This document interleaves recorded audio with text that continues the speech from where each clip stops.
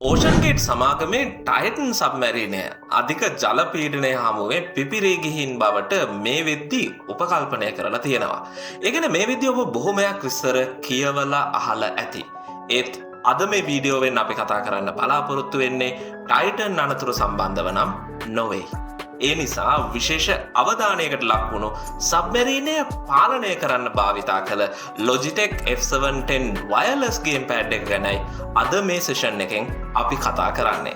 Taking a completely new approach to the sub design, and it's all run with this game controller. Ocean Gate කියන්නේ මුහුදු පත්ල ගවේෂණය සඳහා පහසුකම් සපයන එහෙම නැත්නම් එක්ස්පෙඩිෂන්ස් සඳහා පහසුකම් සපයන පුද්ගලික ආයතනයක්. ඔවුන් නිර්මාණය කරපු ටයිටන් කියන කුඩා සබ්මැරීනය ඇත්තම මේව හඳුන්වන්නේ සබ්මර්සිබල් කියලා. ප්‍රමාණය නඩි 22ක් විතර දිග වෙසල් එකක්. ඒක නියමුවත් එක්ක උපරිම පුද්ගලයන් 5 දෙනෙක් විතර වරකට රැගෙන යන්න පුළුවන්. පැයට කිලෝමීටර් 5.6ක උපරිම වේගයක් තියෙනවා. බැටරි බලයෙන් ක්‍රියාත්මක වන විදුලි තෙරපුම් එහෙම නැත්නම් ඉලෙක්ට්‍රික් ත්‍රස්ටර්ස් 4කින් තමයි ගමන් කරන්නේ. ඒවා පාලනය කරන්න පාලනක පෝරුවක් හෝ සුක්කානමක් නෑ. ඒ වෙනුවට තියෙන්නේ Bluetooth controller එකක්. ටයිටන් යාත්‍රාවේ මේ සඳහා භාවිත කර ඇත්තේ Logitech F710 wireless gamepad එකක්. අපි සිංහලෙන් මෙම උපකරණය හඳුන්වන්නේ මෙහෙයුම් යටිය කියලා. පරිගණක දෘඩාංග වර්ගීකරණයේදී මේවා අයත් වෙන්නේ දැක්වීමේ උපාංග කියන ආදාන උපාංගවල අනුකාණ්ඩයකට. මෙම උපකරණ බහුල ලෙස භාවිතා කරන්නේ වීඩියෝ පරිගණක ක්‍රීඩා මෙහෙවීම සඳහායි. එතකොට අපිට ඇතිවන ගැටලුව තමයි මෙවැනි Bluetooth controller එකකින් මේ වගේ මුහුදේ ඉතා ගැඹුරක ගවේෂණයේ නිරතවීමට නියමිත යාත්‍රාවක් හැසිරවීම ප්‍රායෝගිකද ආරක්ෂිතද කියන කාරණය. The controls are driven off of a PlayStation 3 controller, so with a little bit of training, if you know how to play a video game, you can drive one of our subs. Logitech F710 wireless gamepad එක 2010 වසරේ වෙළඳපොළට නිකුත් වූ උපාංගයක්. වසර 13ක් පමණ ගෙවිලත් අදටත් වෙළඳපොලේ $50-60 අතර මුදලකට මෙම උපාංගය මිලදී ගැනීමට හැකියාව තියෙනවා.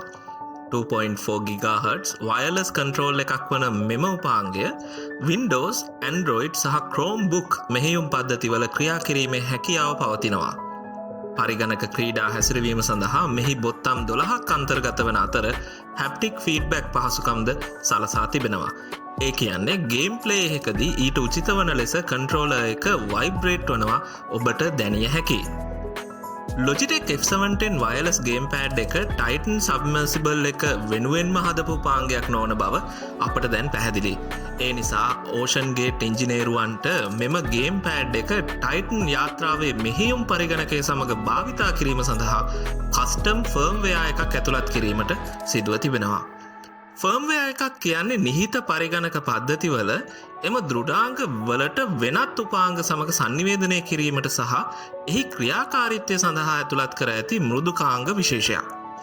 එතකොට කස්ටම් ෆර්ම්වෙයා එකක් කියන්නේ උදාහරණයක් විදියට Logitech F710 gamepad එකේ ඔරිජිනල් ෆර්ම්වෙයා එක සකස් කරලා තිබුණේ Windows, Android වැනි මෙහෙයුම් පද්ධති සමග සම්බන්ධ වෙලා පරිගණක ක්‍රීඩා කිරීමට. එහි අන්තර්ගත බොත්තම් ඒවායේ සංවේදීතාවයන් ප්‍රෝග්‍රෑම් කරලා තිබුණේ පරිගණක ක්‍රීඩාවලට උචිත වන පරිදි. දැන් එම කන්ට්‍රෝලර් එකම අපි භාවිතා කරන්නේ Titan submersible එකේ චලනය පාලනය කිරීමට.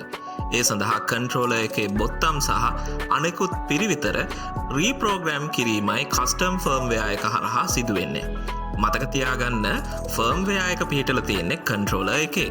Ocean Gate විදායක නිලධාරී ස්ටොක්ටන් රෂ්ට් අනුව මෙම කන්ට්‍රෝලර් එක භාවිතයෙන් යාත්‍රාව හැසිරවීම සිදුවන ආකාරය අපි දැන් බලමු. If you want to go forward, you press forward. If you want to go back, you go back. Turn left, turn right, go down, go up. ඉතාම සරල මෙහෙයුම් ක්‍රමයක් නේද? මේ කන්ට්‍රෝලර් එක දුරස්ථව ඩ්‍රෝන් යානා පාලනය කිරීමට භාවිත කරන DJI වැනි සමාගම් වලින් නිර්මාණය කර ඇති ඩ්‍රෝන් කන්ට්‍රෝලර් එකකට බොහෝ දුරට සමානකම් කියනවා. ඩ්‍රෝන් කන්ට්‍රෝලර් එකක ඇති සංචලන රටාවන්මයි මෙහිදී Titan submersible එක පාලනයටත් යොදාගෙන තියෙන්නේ. මෙහි ඇති වැදගත්කම නම් පරිශීලකයෙකුට ඉතා පහසුවෙන් මෙම කන්ට්‍රෝලර් එක භාවිතා කිරීමට හුරුවීමට ඇති ඉඩකඩයි.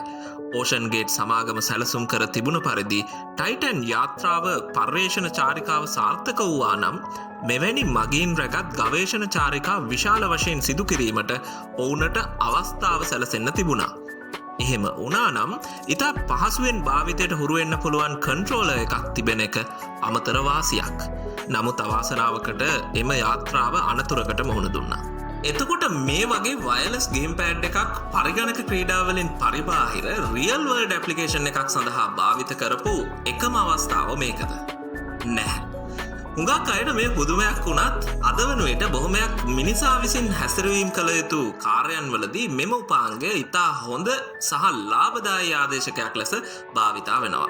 උදාහරණ ලෙස ඇමරිකානු නාවික හමුදාවේ සබ්මරීන පාලනය කිරීමේදී මෙවලමක් ලෙස මෙවැනි කන්ට්‍රෝලර් එකක් භාවිතා වන ආකාරය තමයි මේ. I mean, again, this is an Xbox controller that, again, it shows you how you operate what you're doing with each pieces and part, whether that's changing the cameras, that's from black and white to color, or we have infrared capability.